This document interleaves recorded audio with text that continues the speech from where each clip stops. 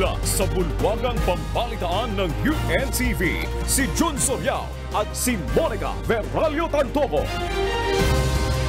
Magandang hapon, Pilipinas! At sa buong mundo, ito ang balita. Are we going to send a note verbal to China as recommended by Secretary Clarita Carlos? Yes, I think that's what we need to do. Pangulong Ferdinand Marcos Jr. pumayag na magpadala ng note verbal sa China dahil sa Pag-asa incident. US Vice President Kamala Harris nasa Palawan na. Malakas na ugnayan ng Estados Unidos at Pilipinas muling binigyang diin. As of now, there is no danger of shortage or whatever since milling naman po is running at full swing po. Inangkat na asukal dumating na sa bansa. Presyo inaasahang bababa sa mga susunod na buwan ayon sa mga sugar miller. Tingnan po kung meron pa talagang mga sindikato o mga mapagsamantalang kababayan natin na pinagsasamantalahan itong kalagayan ng ating mga IPs o kaya naman ay nagbibigay ng talaga sa kanila ng kakayahan upang lumuwas dito sa Manila at pagkakitaan ng kanilang mga nalimos po. Posibleng sindikato sa pagdadala ng Aita at Bajau sa Metro Manila, iniimbestigahan na ayon sa Department of Social Welfare and Development. Indonesian rescuers. Nagmamadaling mahanap ang mga biktimang natrap dahil sa lindol. Magandang hapon at una sa ating mga balita. Iniimbestigahan na ng Department of Social Welfare and Development o DSWD ang anggulo na posibleng may mga sindikato na nasa likod ng pagdadala ng mga badyaw sa Metro Manila para manlimos sa mga lansangan. Samantala, tutulungan naman ng ahensya ang mga badyaw at Aita sa pamamagitan ng pagbibigay ng 10,000 pisong puhunan sa mga ito para makapagsimula ng sariling hanap buhay sa halip na mamalimos.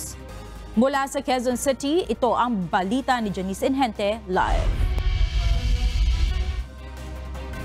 Janice, ano ang hakbang na ginagawa ng DSWD para tugunan itong problema sa mga dumaraming mga badyaw na dumarayo dito sa Metro Manila para mamalimos sa mga lansangan? Monica, batay sa ulat ng Department of Social Welfare and Development, nasa 200 na ng mga badyaw ang kanilang na-rescue mula nang mag-umpisa ang kanilang operasyon nitong nakaraang November 18. At base nga sa insinawang profiling ng DSWD sa mga ito, lumalabas na galing pa ng Mindanao ang karamihan sa kanila at mayroon umanong mga tumutulong sa kanila upang makasakay ng barko papunta dito sa Metro Manila para mamalimos. Taon tuwing papasok na ang buwan ng Desyembre ay may ilan sa ating mga kababayan na kabilang sa indigenous people, mga badyaw at Aita ang lumuluwas sa mga lungsod para mamalimos.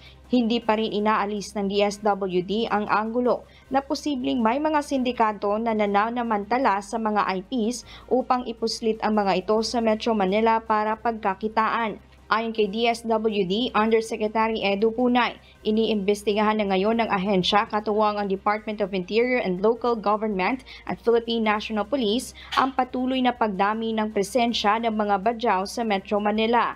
Tingnan po kung meron ba talagang mga sindikato o mga mapagsamantalang kababayan natin na pinagsasamantalahan itong kalagayan ng ating mga IPs o kaya naman ay nagbibigay ng talaga sa kanila ng kakayahan upang lumuwas dito sa Manila at pagkakitaan ng kanilang mga nalimos po. Base sa ating profiling, ma'am, ay sila po ay sumakay din ng barko at meron pong tumulong sa kanila para makapunta po rito.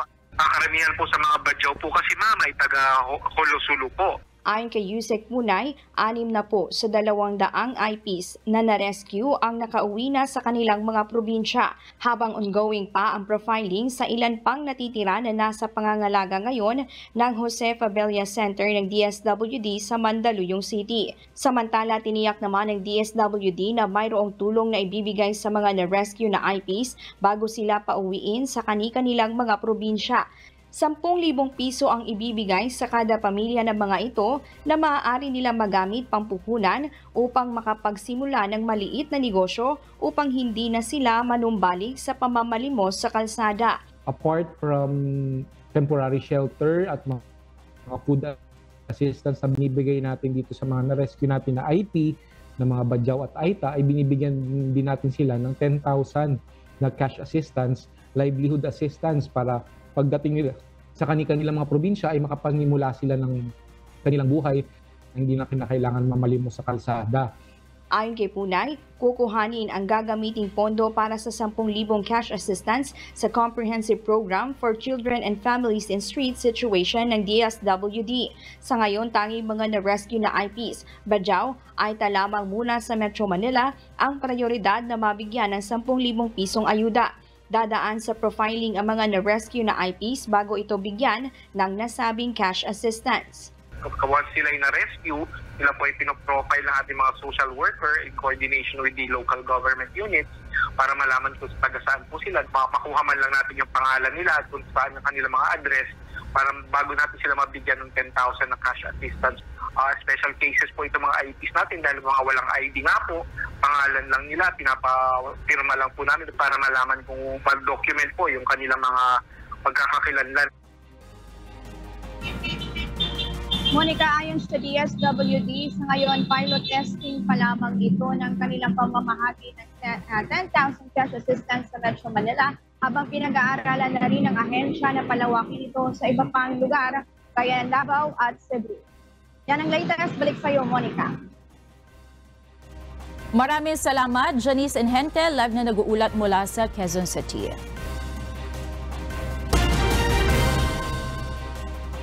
Nananatiling maayos ang relasyon ni Finance Secretary Benjamin Diokno kay Pangulong Ferdinand Marcos Jr.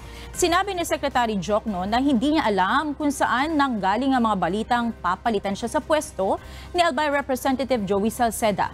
Sa ngayon, anya ay nakatutok lamang siya sa kanyang trabaho na mapagsilbihan ng bayan.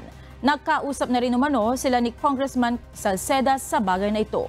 Sina Diokno at Salceda ay kabilang sa grupong FFF o Friday Friends Forever. May go signal na ni Pangulong Ferdinand Marcos Jr.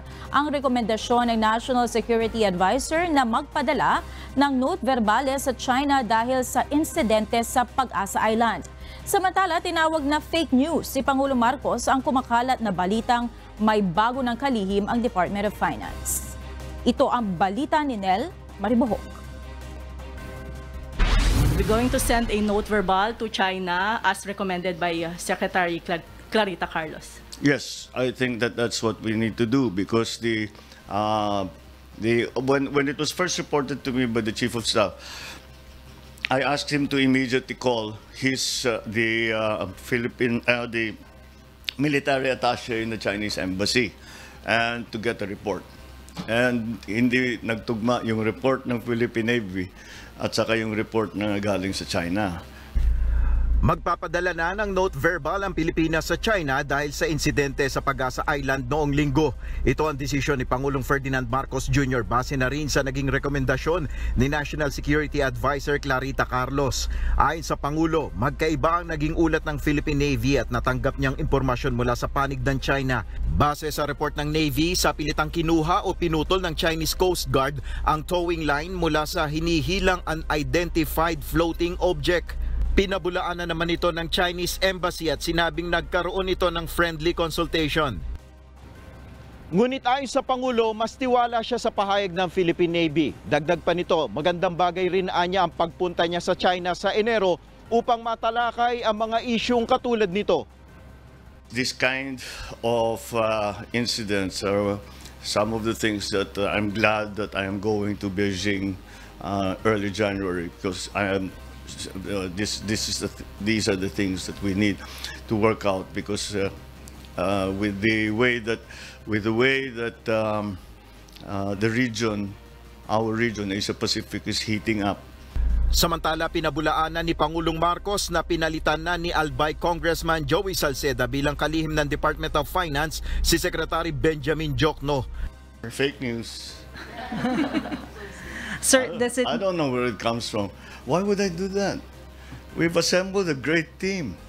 Aalamin rin ng Pangulo ang naging kaso ni National Irrigation Administrator Benny Antiporda. Si Antiporda ay sinuspinde ng 6 na buwan ng Ombudsman dahil sa administrative complaints laban sa kanya. Tiniyak naman ni PBBM na hindi maapektuhan ang operasyon ng NIA dahil dito. We have to find out what happened to Benny and see what really is the situation there. Why Ombudsman Martirez suspended him. So it happened all when I was away. So I've asked them to give me the background on what happened. Yeah, but the function of the NIA is not going to change. Nakatakda rin pulungin ni PBBM ang NIA officials ngayong araw. Nel Maribuhok, UNTV News and Rescue, Diyos ang aming sandigan, serbisyo publiko ang aming pinahalagahan.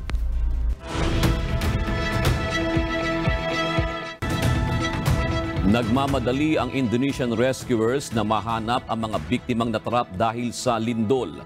Marami pa rin ang nasa ilalim ng mga gumuhong istruktura kasunod ng 5.6 magnitude na lindol sa West Java, Indonesia. Ito ang balita ni Early Briones.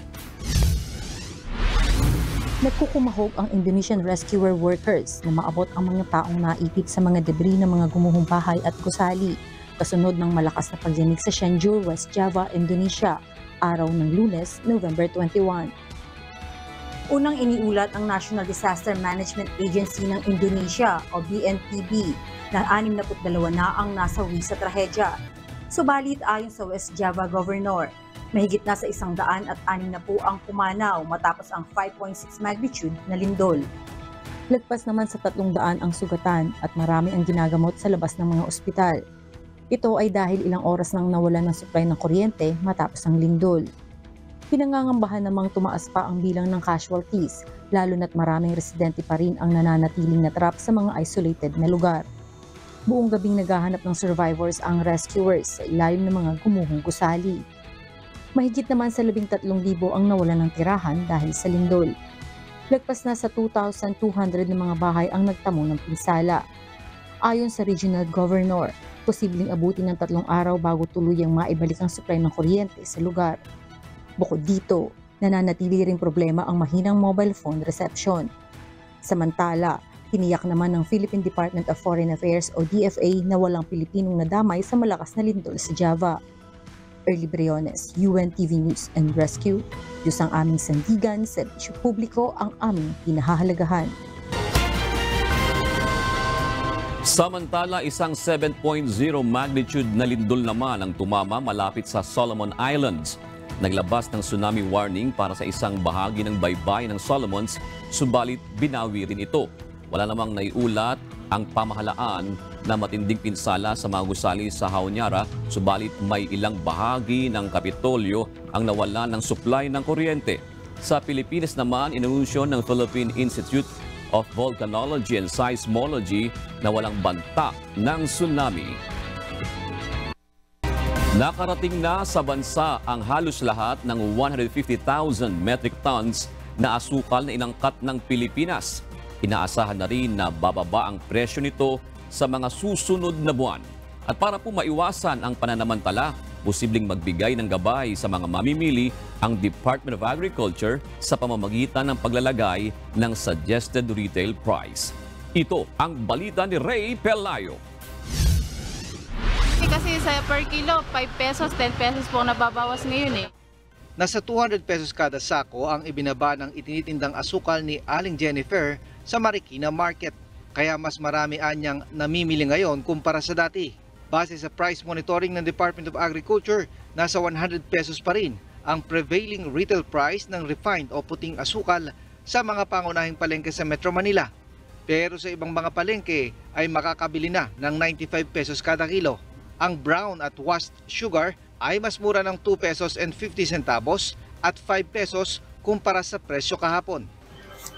Ayon sa mga sugar millers, maaaring bumaba ng hanggang 90 pesos itong presyo ng kada kilo ng puting asukal at mas mababa naman, maaaring 80 yung washed at 70 pesos yung brown sugar. Dumating na rin yung halos 150,000 metric tons ng imported na asukal na inaasahan na makakatulong sa pagpapababa ng presyo ng asukal sa merkado. Ayon kay Sugar Regulatory Administration Acting Board Member Pablo Luis Ascona ng Farmers Representative, nasa magandang level na ang supply ng asukal ngayon dahil na rin sa pagtaas ng produksyon. As of now, there is no danger of shortage or whatever since milling naman po is running at full swing po. Ayon kay United Sugar Producers Federation President Manuel Lamata, inaasahan na rin nilang mas mababa pa ang presyo ng asukal sa mga susunod na buwan. Ang mill gate price anya ay bumaba na sa 60 pesos mula sa dating 75 pesos kada kilo. Pero hindi na rin daw maibabalik ang dating mababang presyo ng asukal dahil tumaas ang mga gastos sa pagtatanim ng tubo, gaya ng langis at pataba. Yung sugar industry natin po, on track na. Yung supply natin, dami na. Stable na yung asukal natin. Rest assured, for the whole country, by December po, bababa na yan. Sa pagtaya ng SRA, nasa 90 pesos ang magiging presyo ng asukal kasama na ang gastos para makarating ito sa Maynila, pati ang kita ng mga dadaan ng kamay nito. Ayon kay Ascona, ang magiging problema na lang ay kung magkano ang ipapatong na tubo ng mga trader at retailer. Kaya naman ang Department of Agriculture ay posibleng maglagay na rin ng suggested retail price sa puting asukal. The proposed SRP of 90 pesos, actually nagawa na namin lahat na paperwork. I think approval will be very soon. Ray Pilayo, UNTV News and Rescue, Diyos ang aming sandigan, serbisyo publiko ang aming pinahahalagahan. Inatasan ni Pangulong Ferdinand Marcos Jr. ang Department of Environment and Natural Resources na palakasin ang regulatory powers nito sa small and large-scale mining. Ito ay upang matiyak na nasusunod ang mga nararapat na pamantayan at naipatutupad ng mga mining firm ang mga hakbang upang matiyak ang kaligtasan ng kanilang mga manggagawa. Nais ng Pangulo na maging legal ang mga small-scale mining firms dahil sa marami anya ang illegal.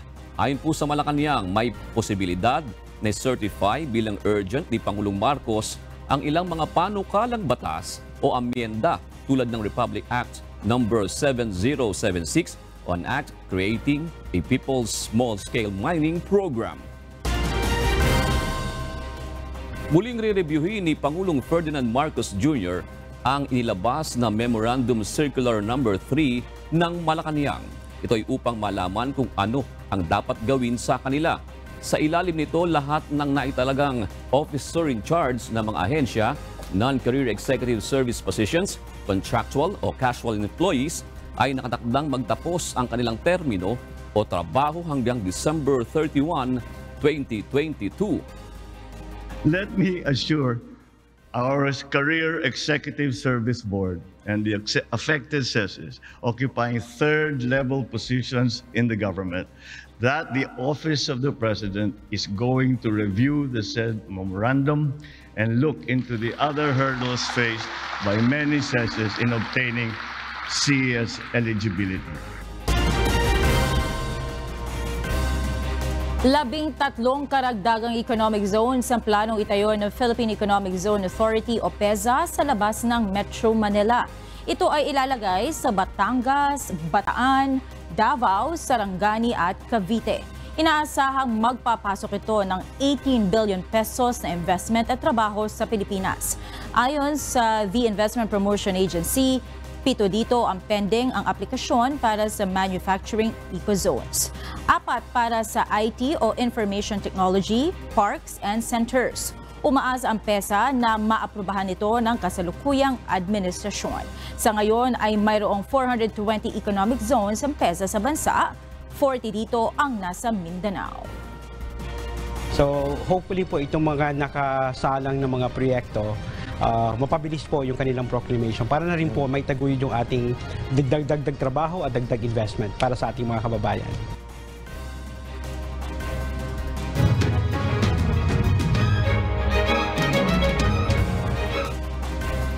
Magkakaroon na ng mas maayos at mas matatag na tulay sa bulan sa Sorsogon sa susunod na taon. At sa layunin naman na matugunan ang kakulangan ng mga health facilities ng Provincial Hospital sa Camarines Norte, binuksan na mga panibagong pasilidad ng ospital sa lalawigan. Ito ang balita ni Alan Manansala. Sa Sorsogon, sisimula na sa 2023 ang proyektong pagsasaayos ng tulay sa Barangay Inararan, Bulan, Sorsogon. Nasira ang tulay sa gitna ng bagyo noong Disyembre taong 2018 pero hanggang ngayon hindi pa umano nagagawa. Ang Inararan Bridge ang nagdudugtong sa bayan ng Bulan mula sa Barangay Inararan at mga kalapit na barangay nito. Malaking tulong sa napakaraming mga residente ang rehabilitation sa tulay dahil na rin sa maidudulot nitong kaalwanan at kaligtasan lalo na sa panahon ng malalakas na ulan. Sa kasalukuyan, isang floating bridge ang pwedeng daanan ng mga tao at ng mga motorsiklo. Binalita na ni Mayor at saka ni Gobernador na ang tulay ay gagawin na ngayong susunod na taon. Kaya medyo masaya na yung mga residente, hindi lang residente ng Barangay Inararan, Barangay ng Nasuhi, Barangay ng Namo, Barangay ng Danau, at Barangay ng Inalapan. Kasi ito ang pinakamalapit na daanan papunta sa bayan. Lahat naman ay nagpa-promise na bibigyan kami ng tulay. But nakikita naman ninyo na hanggang ngayon wala pa kami permanenteng tulay. Hoping na magkaroon talaga kami kasi isa yan sa nagpapahirap sa amin.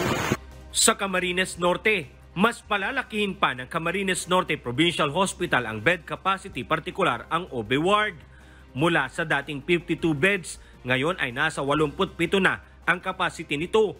Nauna na rito, kahapon, binuksan ang mas pinalaking outpatient department ng ospital. Plano na rin ng pamahalaang panlalawigan na umpisang ipagawa ang panibagong 5-story building ng Provincial Hospital.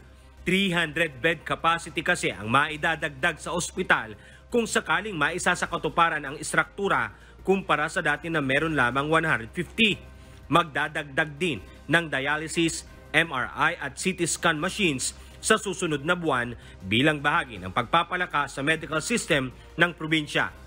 Alan Manansala, UNTV News and Rescue. Diyos ang aming sandigan, serbisyo publiko ang aming pinahahalagahan. Bumisita ngayong araw sa Palawan si United States Vice President Kamala Harris. Sa kanyang talumpati, muling binigyan diin ng opisyal ang malakas na ugnayan o relasyon ng Pilipinas at Estados Unidos. Ito ang balita ni Dante Amento live. Dante, ano ang naging engagement ni US Vice President Kamala Harris sa Palawan ngayong araw? Magandang gabi, Monica. Nakipagpulong nga itong US Vice President sa mga lokal na opisyal ng Palawan at gayon din sa mga lokal na mangingisda sa lugar, Monica. At nakitaan niya ng US Vice President malinaw para sa kanya na ang mga komunidad ng Palawan ay nagkakaisa para maayos at gayon din mapangalagaan ang natural resources sa lugar. Pinuri din ito ang pagiging matatag ng mga komunidad sa Palawan at nagkaroon din ito ng pagkakataon, Monica, na libutin ang barko ng Pilipinas na BRP Teresa Magbanwa na nakadaong sa Puerto Princesa Port.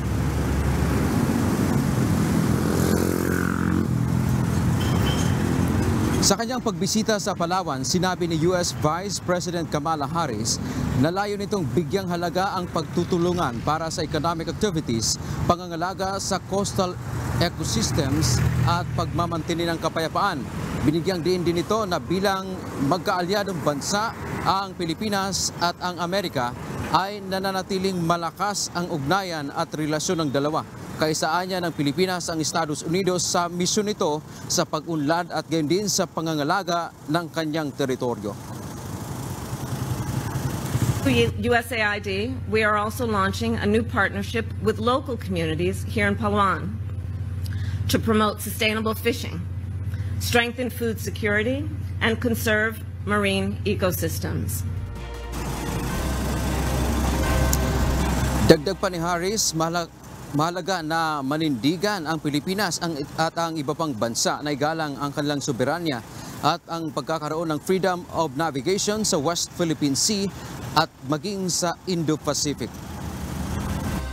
We must stand up for principles such as respect for sovereignty and territorial integrity, unimpeded lawful commerce, the peaceful resolution of disputes, and the freedom of navigation and overflight in the South China Sea and throughout the Indo-Pacific.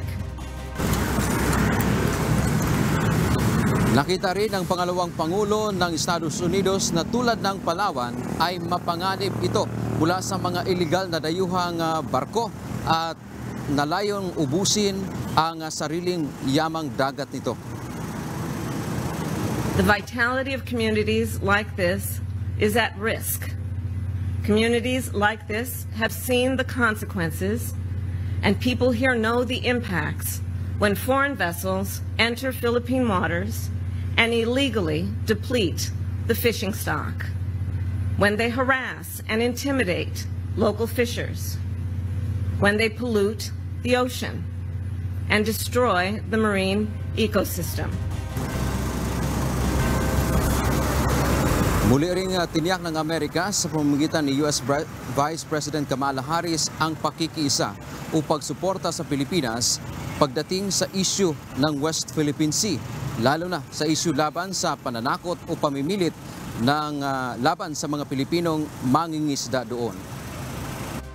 As an ally, the United States stands with the Philippines in the face of intimidation and coercion in the South China Sea.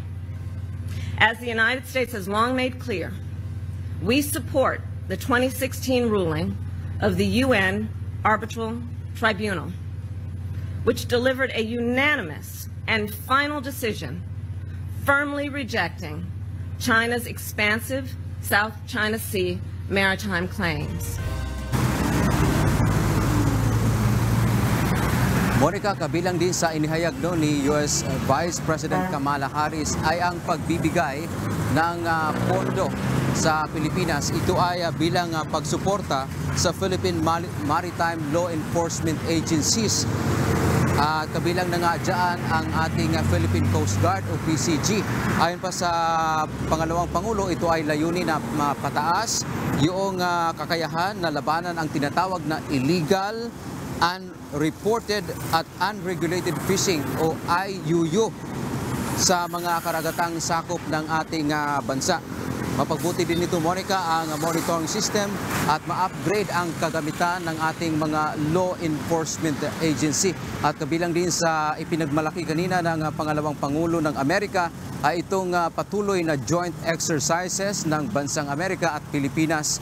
At itong mga nakaraang buwan nga, Monica, nitong taon lang ay nagkaroon ng joint exercises ang Coast Guard, Philippine Coast Guard at gayon din ang Amerika diyan malapit sa West Philippine Sea. Yan ang ating balita. Balik sa Monica.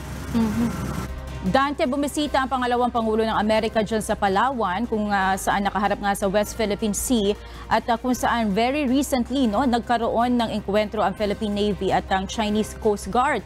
Mayroon bang nabanggit ang ikalawang Pangulo o pangalawang Pangulo sa nasabing insidente? Monica, walang doon sa kabuuan ng naging talumpati kanina ni US Vice President Kamala Harris. Wala siyang nabanggit na ganong issue, Monica, pero ang kanyang binigyang diin, suportado ng Amerika bilang kaalyado nito ang Pilipinas, ang anumang pananakot, pamimilit o coercion diyan na mangyayari diyan sa West Philippine Sea at gayon din yung pagsuporta ng Amerika na dapat i-uphold o itaguyod yung 2016 arbitral ruling kung saan sinasabi nito na pinawalang visa itong claim nga ng bansang China diyan sa West Philippine Sea. Monica. Maraming salamat, Dante Amento, live na nag-uulat mula sa Maynila. Ipinahayag ngayon ng bansang China na wala silang tutol sa ginawang pagbisita ni US Vice President Kamala Harris sa Pilipinas, partikular na ang kanyang pagpunta sa Puerto Princesa, Palawan.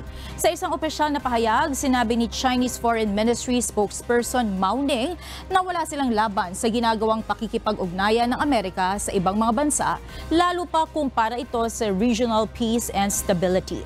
At hindi rin sisira sa interes ng ibang mga bansa. Ang Palawan na isa sa mga lugar sa Pilipinas na nakasasakop malapit sa pinag-aagawang teritoryo sa West Philippine Sea. Sa iba pang balita, hindi na magiging libre ang mga COVID-19 vaccines sa bansa kapag inalis na ang state of emergency. Ayon po yan sa isang infectious disease expert at posible umanong mas mahirapan ang pamahalaan na hikayating magpabakuna ang publiko lalo na kapag lumabas ang bagong variants ng virus. Ito ang balita nila Lane Moreno. Ang mangyari niyan, talagang majority of the population will now be paying for those vaccines, no? So I think if we will lift the public health emergency, dapat pagtuunan pa rin ng pansin kung ano itong mga provisions na pwede ba nating magagamit na habang nandito ang public health emergency. Dapat pag-aralang mabuti ng pamahalaan kung aalisin na ngayong taon o hindi pa ang umiiral na state of emergency dahil sa COVID-19. Ayon kay infectious disease expert Dr. Rodgen Solante, kung tatanggalin na ang state of emergency, mapapawalang bisa nito ang emergency use authorization na in-issue sa Food and Drug Administration o FDA. Ang Emergency Use Authorization o EUA ay in-issue kapag wala pang sapat at aprobadong gamot sa isang sakit. Ito ay ibinibigay ng FDA sa ilang gamot at COVID-19 vaccines para maiiwasan ang malulubhang epekto ng sakit sa tao. Kapag wala ng bisa ang EUA, hindi na libre ang bakuna na ipinamimigay sa publiko. Mapipilitan na ang bawat individual na magbayad sa laga ng bakunang ituturok sa kanya. Babayaran din pati ang mga paparating pang bivalent vaccines. Dahil dito, posibleng mas marami na lang hindi napiliing magpaturok dahil sa hirap ng buhay. Kawawa naman tayo kasi kung halimbawa mag-recommend tayo ng vaccination for next year kasi hindi natin alam, baka naman may mga bagong variants of concern. Sa ngayon, nananatili pa rin ang COVID virus at mayroon pa rin community transmission.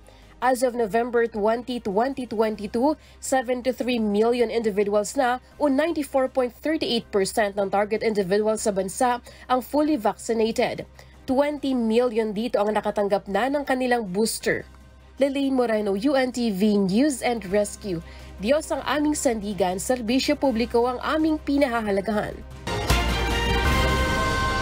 Nananatiling problema sa bansa ang tinatawag na antimicrobial resistance pang hindi pagtalab ng mga gamot dahil sa maling paggamit nito gaya ng antibiotics. Ayon po sa Department of Health, naapektuhan din ng pandemya ang kanilang mga programa para malabanan ito. May paalala naman ang mga eksperto para maiwasan at mabigyan ng proteksyon ng mga pamilya laban sa antimicrobial resistance. Ito ang balita ni Bernadette Tinoy. Antimicrobial resistance cannot be seen by a normal person, but can contribute and silently kill that person through transfer of microbial resistance from one generation or one person to another. Pwedeng ikamatay. Yan ang epekto ng pag-inom ng gamot, lalo na ng antibiotics na walang reseta o gabay ng mga doktor at eksperto. Ayon mismo kasi sa Department of Health, karaniwang gawain ng mga Pinoy ang paggagamot sa sarili. At dahil walang preskripsyon ng mga eksperto, alatsamba ang paggamit nito, kung minsan ay labis at kung minsan naman ay kulang.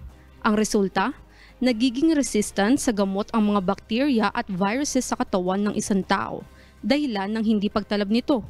Ayon kay Department of Health Officer in Charge Secretary Maria Rosario Vergere, sa pagdating ng COVID-19 mas nahirapan sila para isagawa sana ang aktibidad na layong labanan ng antimicrobial resistance. Most of the activities in terms of battling AMR, especially those that are the activities that builds the capacity of our implementing units, were all parang put on a hold. We're able to implement a modular type online where our hospitals were able to still have the modular sessions for our antimicrobial stewardship program. Dagdag pa ni Vergere, 7 sa 10 ospital at health facility sa bansa ang may kakayahan naman para maisulong ang antimicrobial stewardship program para maipaunawa sa publiko ang tamang paggamit ng antibiotics. Para maiwasang magkaroon ng antimicrobial resistance, ipinapayo ng mga eksperto na huwag maggamot sa sarili. Uminom lamang ng antibiotics kung kinakailangan at striktong sundin ang reseta ng doktor. Para naman magbigyang proteksyon ang sarili laban sa antimicrobial resistance, kailangang panatilihing malusog ang pangangatawan, ugaliin ang paghuhugas ng kamay, magtakip ng bibig habang uubo, huwag lalabas kapag may sakit, at magpaturok ng mga rekomendadong bakuna. Dahil na itinuturing na silent pandemic ng Department of Health ang antimicrobial resistance, siniguro ng kagawaran, katulong ng iba pang ahensya ng pamahalaan na may aksyon sila upang labanan ang antimicrobial resistance. Have the work on awareness, surveillance, research, promoting good practices, promoting prudent use, and including governance and mechanisms to address AMR. Bernadette Tino, UNTV News and Rescue. Diyos ang aming sandigan, serbisyo publiko ang aming pinahahalagahan. Nakatakda ng simulan bukas ang preliminary investigation ng mga kasong isinampa laban kay suspended Bureau of Corrections Chief General Gerald Bantag. Samantala, nababahala naman ang pamilya ng pinaslang ng broadcaster na si Percy Lapid hinggil sa pagkakawala ni Ricardo Zulueta, ang itinurong isa pang mastermind sa krimen. Ito ang balita ni Dante Amento. Inaasahan namin na sana dumalo itong si General Bantag. Umaasa ang pamilya ni Percy Lapid mabasa na dadalo si Suspended Bureau of Corrections Director General Gerald Bantag sa nakatakdang preliminary investigation bukas sa Department of Justice. Kaugnay ito sa dalawang kasong murder na kinakaharap ni Bantag at ng iba pang respondents tulad ni Bucor Deputy Security Officer Ricardo Zulueta. Ayon sa kapatid ni Lapid na si Roy Mabasa, ito ay pagpapakita ng sinseridad ni Bantag sa proseso ng batas. Ito ay pagpapakita ng kanyang sinseridad na sumunod kung ano yung tinatadhana ng batas. Kagaya namin, kaming pamilya ng biktima, maharap kami at dapat harapin din nila. Batay sa inisyong subpoena laban kay Bantag, alas 9 bukas ang preliminary investigation o pagdinig sa mga kaso ni Bantag. Sinisikap ng UNTV News na kunan ng pahayag dito si General Bantag at ang kanyang abogado na si Attorney Rocky Balisong, subalit wala pa silang tugon. Una nang inihayag kahapon ng abogado ni Bantag na pag-aaralan pa nila kung kailangan itong dumalo. Magsasubmit kami ng counter affidavit and the panel requires that it should be subscribed before them, then isasama namin siya. Pero kung titignan namin ay pwede naman na pasubscribe sa other prosecutors like Baguio prosecutors, then siguro hindi na kailangan na sumama. Samantala, nababahala naman ang pamilya Lapid dahil hanggang ngayon ay hindi pa rin nakikita ang isa pang itinurong mastermind sa krimen na si Bucor Deputy Security Officer Ricardo Zulueta. Ayon pa kay Roy Mabasa, sa impormasyon na ibinigay sa kanila ng mga otoridad, pinuntahan ang dalawang last known address ni Zulueta nitong mga nakaraang araw. Pero ang pamilya lang nito ang nakausap ng NBI at PNP at maging sila man ay hindi alam kung saan ngayon si Zulueta. Naniniwala ang pamilya Lapid na malaki ang papel na ginagampanan ni Zulueta sa kaso. Si Zulueta din ang sinasabing link kay Bantag batay sa mga sirkumstansya o testimonya ng mga inmate na ito umano ang nag-utos na patayin ang mamamahayag na si Percy Lapid. Kung mawawala si Ginoong Zulueta ay magkakaroon ng vacuum doon sa ginawang investigasyon, sapagkat madalas na nabanggit yung pangalan ni Ginoong Zulueta doon sa affidavits ng mga gang leaders na nag-testify. Dante Amento, UNTV News and Rescue. Diyos ang aming sandigan, serbisyo publiko ang aming pinahahalagahan. Posibleng maipatupad na sa susunod na taon ang plano single ticketing system sa lahat ng mga lungsod sa buong Metro Manila. Ito ang balita ni JP Nunez live. JP, paano ba ang magiging sistema nitong single ticketing system? Monica, batay sa plano gagawin ng iisa ang sistema sa definisyon ng traffic violations at magkakapareho na rin ang ipapataw na multa sa mga motoristang lalabag sa batas trapiko. At sa ikatlong pagpupulungan ng transport agencies hinggil sa gagawing pagbalangkas ng Metro Manila Traffic Code na talakay ang planong single ticketing system na gagawin sa Metro Manila. Sa ilalim nito, magiging iisa na ang sistema ng definisyon ng mga traffic violations, maging ang pag-i-issue ng violation tickets. Bukod dito, gagawin ring magkakapareho ang halaga ng ipapataw na multa at paraan ng pagbabayad upang maiayos ang traffic violation ng isang motorista. Sa pagpupulong kanina, inisa-isa ng Land Transportation Office, Metropolitan Manila Development Authority at mga kinatawan ng Metro Manila LGUs ang mga multa sa bawat traffic violation. Sa ilalim ng kasalukuyang sistema, magkakaiba ang ipinatutupad na traffic law o ordinansa sa bawat lungsod sa Metro Manila. Ang traffic violation at multa ay dedepende sa kung saan nangyari ang paglabag ng isang motorista. Kaya naman hindi naiiwasan sa madalas na pagkakataon ang kalituhan na kung minsan ay nadodoble pa ang violation at multang babayaran. Narito ang panayam kay ASEC Jose Arturo J.R. Tugade, ang chief ng LTO. Dahil po sa single ticketing system, ito pong pag meron pong nahuli at nabigyan po sila ng ticket, yung ticket po na ibibigay sa kanila ng one agency, i-honor po yan ng lahat po ng kasama po natin dito sa single ticketing system. Samantala, kasama rin sa plano ang paggamit ng isang handheld device ng LTO enforcers sa panguhuli ng traffic violators. Ayon kay Attorney Norin Bernadette San Luis Lute, ang chairperson ng Single Ticketing System Technical Working Group, kahalintulad din ito ng mga device na ginagamit sa bank cards kung saan agad itong naglalabas ng ticket. Sa pamamagitan nito, agad na makakapag-issue ng ticket ang traffic enforcer kung saan direkta namang papasok ang impormasyon sa database ng LTO. Wala na pong confiscation of license. Pursuant to the memorandum issued by the DILG, ang LGU po ay hindi na kukuha ng mga lisensya. Bagkos, yung mga huli po ay nakatag na po sa LTO. So, pag nahuli po kayo, nasa inyo pa rin yung lisensya ninyo. Bukod sa handheld device, iminumungkahi rin ng LTO na gawing online ang pagbabayad ng violation ticket sa ilalim ng single ticketing system. Sa pamamagitan nito, hindi na kailangang magpunta ng pisikal ng mga mahuhuling motorista sa munisipyo o sa opisina ng MMDA para lamang magbayad ng multa. Batay sa timeline ng LTO, maaaring sa susunod na taon na maipatupad ang single ticketing system sa Metro Manila. At sa December 6, magkakaroon ng oral argument sa Supreme Court ukol naman sa naging suspensyon ng no contact apprehension policy. To address the timeline, siguro po baka earliest next year na po natin mapapatupad ito, assuming everything goes well in the next coming weeks. At Monica, sa December 9 naman ay isasagawa yung ika-4 na pagpupulong nitong ang technical working group na humahawak dito sa single ticketing system at babalangkasin pa kung ano yung lalamanin nitong single ticketing system na planong maipatupad sa Metro Manila. Yan muna ang ating latest live. Balik sa'yo, Monica. JP, nagawa na bang makipagpulong ng LTO sa mga alkalde ng mga iba't ibang LGUs? Dahil alam naman natin may mga LGU na may mga sarili rin silang mga enforcers na pinapakalat sa kanilang mga lugar.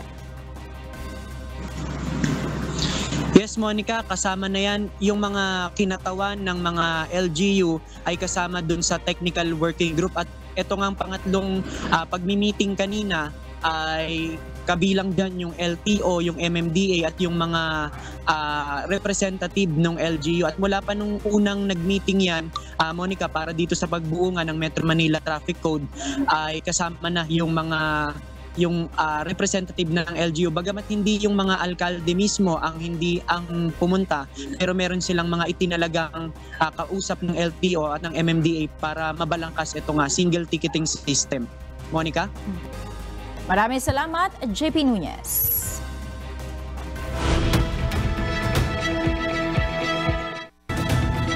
Nanawagan ang Estados Unidos sa United Nations na maglabas ng isang security presidential statement at papanagutin ng North Korea sa missile test nito. Kasunod ito ng paglulunsad ng Pyongyang ng isang intercontinental ballistic missile noong nakalipas na linggo. Sinasabing may kapasidad itong makaabot sa US mainland. Ayon kay Linda Thomas Greenfield, US Ambassador to the United Nations, mahalagang tumugon ng may isang boses ang 15-member Security Council at igiit na patuloy na pinalalakas ng China at Russia ang loob ng Pyongyang dahil sa pangaharang sa isang council action. Nagpakawala ng record na bilang ng ballistic missiles ang North Korea ngayong taon at ayon sa Amerika, posibleng isagawa ng Pyongyang ang unang nuclear bomb test nito simula 2017 anumang oras. All of us at this podium support the need for the Council to condemn the DPRK's actions with a unified voice and to take action to limit the DPRK's unlawful weapons of mass destruction and ballistic missile advancement, especially as it relates to nuclear missile technologies in the DPRK, the region, and beyond. Nasa panganib ang milyong-milyong buhay sa panahon ng taglamig sa Ukraine ayon sa World Health Organization. Kaya naman nakiusap si WHO Regional Director for Europe, Dr. Hans-Henry Kluge, sa Ukraine at Russia na bigyan daan ng akses ng mga tao sa pangangailangang pangkalusugan. Ito ang balita ni Sanikos. This winter will be life-threatening for millions of people in Ukraine. The devastating energy crisis, the deepening mental health emergency, constraints on humanitarian access and the risk of viral infections will make this winter a formidable test for the Ukraine health system and the Ukraine people, but also for the world and its commitment to support Ukraine. Ipinahayag ni Dr. Hans-Henry Kluge, World Health Organization Regional Director for Europe, na nahaharap ang bansang Ukraine sa krisis sa kalusugan at enerhiya bunsod ng digmaan at pandemya.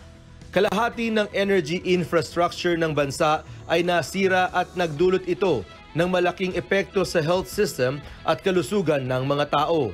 Sa kasalukuyan, 703 pag-atake sa health infrastructures ang naiulat ng WHO mula nang magsimula ang digmaan. 9 na buwan na ang nakakaraan. Ito ay isang paglabag sa international humanitarian law at ang tuntunin ng digmaan. Daang ospital at pasilidad pangkalusugan ang tuluyan ng huminto sa kanilang operasyon dahil sa patuloy na pag-atake sa health at energy infrastructures ng Ukraine. Kulang din ang supply ng gasolina, tubig at kuryente upang matugunan ang mga pangunahing pangangailangan. Nangangailangan ng mga incubator ang mga maternity wards, samantalang nangangailangan ng refrigerators ang blood banks. Mahalaga namang patuloy na gumana ang ventilators sa mga intensive care unit. Ayon kay Dr. Kluge, nangangahulugan ng survival ang taglamig na ito.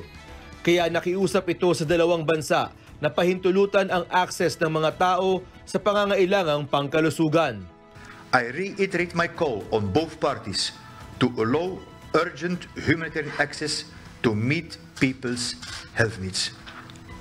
Access to healthcare cannot be held hostage.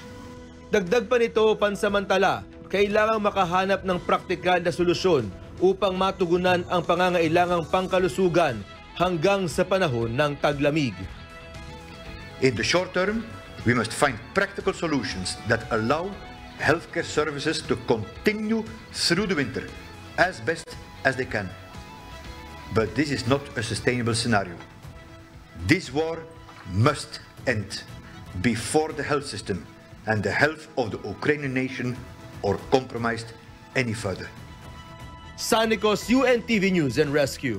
Diyos ang aming sandigan, serbisyo publiko ang aming pinahahalagahan.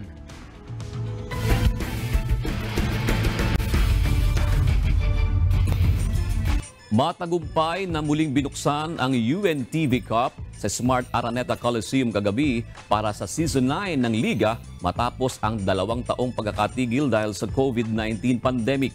Samantala, ilang mga kababayan naman natin ang naserbisyuhan sa pamamagitan ng Action Center public service booth na inilagay sa Smart Araneta. Ito ang balita ni JP Nunez. Makalipas ang 2 taong pagkakatigil dahil sa COVID-19 pandemic, formal na muling binuksan ang UNTV Cup Season 9 sa Smart Araneta Coliseum kahapon. 12 koponan mula sa iba't ibang ahensya ng gobyerno ang sumali sa liga, kabilang na ang Season 8 defending champion DENR Warriors, ang 3-time league champion AFP Cavaliers, NHA Home Masters, PNP Responders, DA Food Masters, Ombudsman Graft Busters, OPPMS Blazers na dating Malacanang Kamao, PhilHealth Consulta, SSS Kabalikat, GSIS Furies, Senate Defenders at Judiciary Magis. Ayon kay UNTV Cup Commissioner Atoy Co, mahalaga ang layunin ng liga lalo't marami sa ating mga kababayan ang nangangailangan ng tulong dahil sa epekto ng COVID-19 pandemic sa kanilang mga pamumuhay. Sa pamamagitan ng ligang ito, marami po tayong natutulungan na mga kababayan natin na lalong-lalo na sa panahong ito na nakaraan yung pandemic, na siyempre alam po natin na maraming nawalan, maraming medyo naghirap, kaya mas kailangan natin ng tulong. Nagpasalamat naman ang mga napiling benepisyaryo sa pangunguna ni Philippine Alliance of Patient Organizations Vice President Chris Munoz. We are very grateful na napili tayong beneficiary yung Philippine Alliance of Patient Organizations. Kasi katuwang namin ng PhilHealth sa pagsulong ng mabuting kalusugan sa mga mamamayang Pilipino. So we wish them the best of luck and enjoy the game. Magandang advocates kasi alam mo basketball talagang lahat ng Pilipino nakakaintindi dyan, nakaka-relate. So mas magiging close ang government agencies, pati siyempre yung mga natutulungan nilang mga beneficiaries. Samantala, bilang bahagi ng pagbibigay serbisyo publiko, mahigit 200 sa ating mga kababayan ang naserbisyuhan ng iba't ibang public service booth ng gobyerno. Kabilang na dito ang pagkuha ng burial at medical assistance mula sa Senado, pagkuha ng national ID mula sa PhilSys at iba pang mga serbisyo at dokumento mula sa Social Security System, Pag-ibig, PhilHealth at PhilPost. Sobrang laking tulong po nito. Kasi po dapat po talaga lalakarin ko po siya ngayong araw. Pero nung nalaman ko po na dito po pala sa UNTV Cup ay meron po silang mga booth po na available. Sobrang accessible po niya. Kaya ayun po, nakatipid po siya sa mga gastos ko po sa pamasahe po. Ang masasabi ko lang, sana marami pang ganito. Kasi mas maraming taong nangangailangan ng mga ganito. Ayon kay BMPI President and CEO Kuya Daniel Razon, magpapatuloy ang public service ng UNTV katuwang ang Members Church of God International o MCGI sa awat tulong ng Panginoon. Sa pagsisikap at sa patuloy din na suporta ng MCGI, ang liga po na ito ay nasa ika-9 na po na season ngayon sa pagbubukas nito. At sa liga po na ito ay hindi natin pinag-uusapan kung ano ang ating political affiliation, kung ano po ang ating religious affiliation, kung ano po ang ating probinsya, ano man tayong region, kundi ang ating pong pinag-uusapan ay kung paanong tayong lahat ay sama-samang makagagawa ng kabutihan sa ating mga kapwa-tao. JP Nunez, UNTV, News and Rescue. Diyos ang aming sandigan, serbisyo publiko ang aming pinahahalagahan.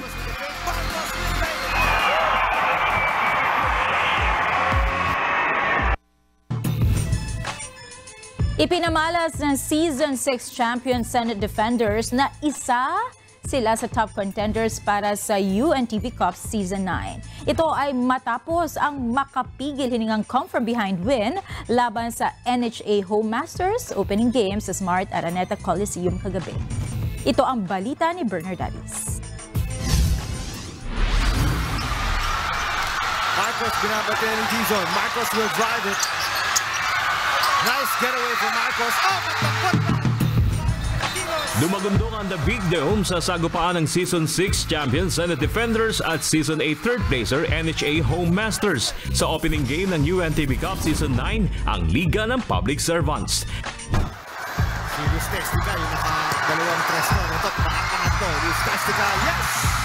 Tatlong magkakasunod na tres ang pinakawala ni two-time MVP Antonio Lustestica Jr.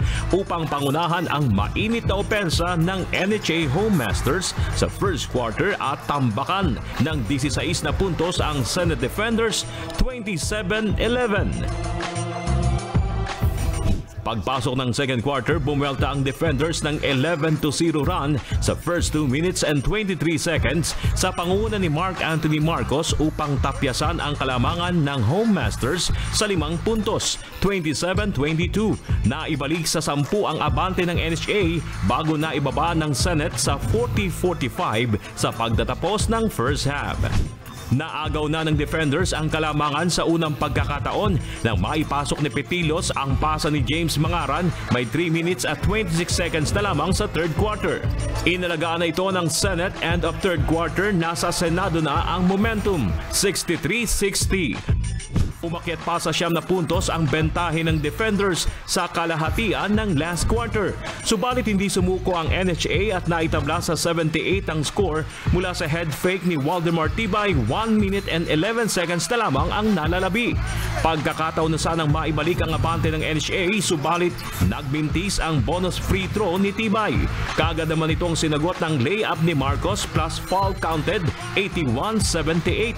Nasundan pa ng follow-up shot ni Petilos, lamang na ng 5 puntos ang Senado, 38 seconds left sa ball game. Sa tindi ng depensa ng Senado, hindi na nagawa pang bumangon ng NHA.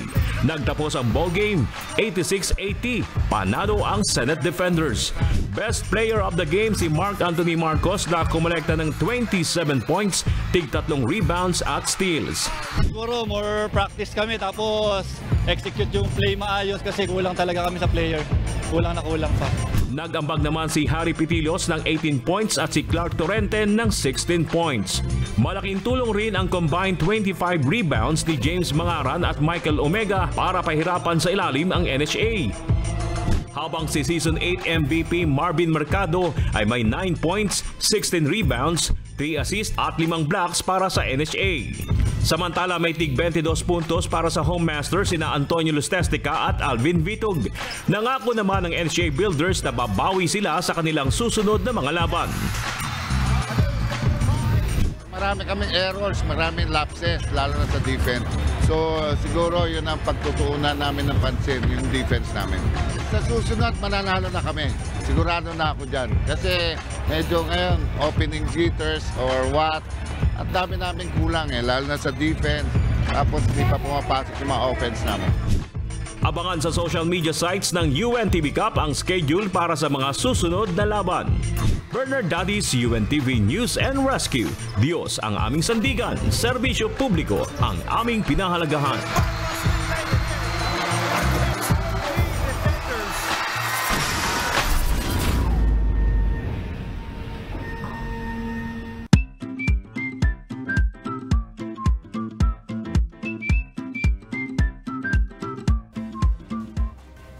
Monica. Bago lahat, gusto kong i-congratulate ang UNTV Cup. Correct. Season 9 na, di Nanonood ba? ko gabi after natin dito. Nandun ka. Hindi sa Araneta. sa bahay. Akala ko sa Araneta ka Sa delayed mismo. telecast sa YouTube. Nanonood ako kasi nga, Oo. Nanonood ako, nakaka-excite eh. Humabol Kahit sa yung YouTube Senate. lang. Oo, talagang tag ito. Makapigil hininga talaga. Tama. Ang galing ng Marcos no? Ang galing niya magana. Kumbaga, kala ko katalo na yung Senate eh. Pero kulang pa sila ng tao nun Sabi yung nga doon sa interview, wala pa sabi sila nga. Jeffrey Sanders. Kumbaga, nakita ko, di ba kasama si Jeffrey Sanders doon?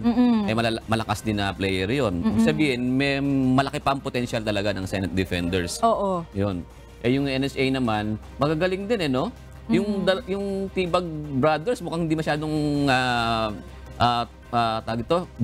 bumira kagabi hindi masyadong nakashoot Hindi pa masyado, kumbaga hindi pa rin full potential. Oo. Pero kasi 'di ba sa basketball, sabi nga nila, bilog ang bola niyan So hindi mo malaman kahit mga last minute kaya pang habulin. Kaya nakakatuwa at saka after the 2 years ba na walang UNTV Cup, no? After 2 years ito balik na tayo at nakakatuwa kasi mukhang talagang full force at excited ang ating mga government agencies na sumali. Kaya good luck. Hindi ba siguro nagpapakondisyon pa? Siguro, no? Hinahabol pa yung dating katawan. Naglakihan yung ibang yung na makikilala eh. Oo. Nga pala, malapit. Mag-overtime na tayo. Sige. Sa susunod. Meron pa. Anyway, ito na yung mga usaserang Pinoy. Unahin natin yung nag-comment po tungkol doon sa mga namamalimos at yung gagawing investigasyon ng DSWD. Sabi ni Mav, tingnan ninyo mabuti ang mga badyaw. Baka naman babalik sila kapag naubos na ang pera ibibigay ninyo. Ito naman, hinggil sa presyo ng asukal. Si Lucila Restor, sabi niya po, dito po sa amin sa Tacloban, 3,700 ang isang sako ng washed sugar. Dati po, 3,500 lang. 200 ang tinaas. Oo.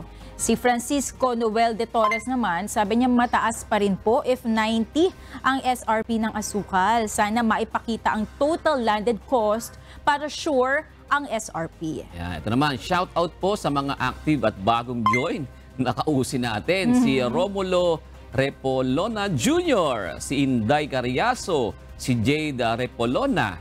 Sino po ba yan? Oo, meron pa si Aunt Pel. Maraming salamat po kay Elpidio Kalimbo at kay Mark Libre. Maraming salamat po sa inyong pagsubaybay at syempre sa ating mga usaserang Pinoy ngayong pong araw ng Martes pa lang ngayon, di ba? Napaisip ako. Miyerkules sila kasulat.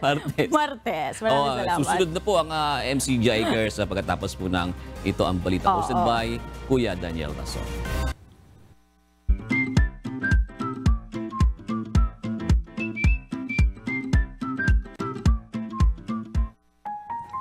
Narito naman ang salita ng Diyos na ating sandigan mula sa aklat ng awit 145 at 20 na nagsasabi, iniingatan ng Panginoon ang lahat na nagsisiibig sa Kanya, ngunit lahat ng masama ay lilipunin niya.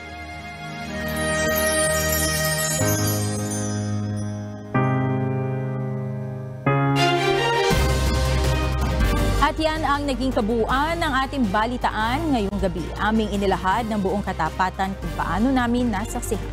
Kayo'y makapagtitiwala na ang aming nakita at narinig ang aming ibinabalita. At dito po sa UNTV, Diyos ang aming sandigan, serbisyo publiko ang aming pinahahalagahan. Magandang gabi po.